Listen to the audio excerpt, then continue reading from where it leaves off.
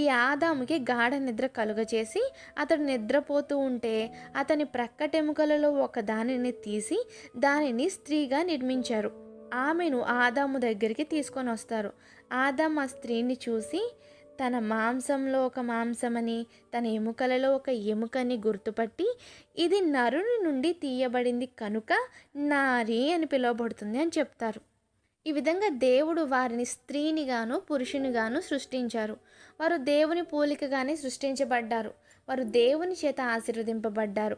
మీరు ఫలించి అభివృద్ధి పొంది విస్తరించండి, భూమిని నిండించండి, దానిని లోపరుచుకొనండి, సముద్రపు చేపలను, ఆకాశ పక్షులను, భూమి మీద ప్రాకు ప్రతి జీవిని ఏలండి అని దేవుడు వారికి చెప్తారు.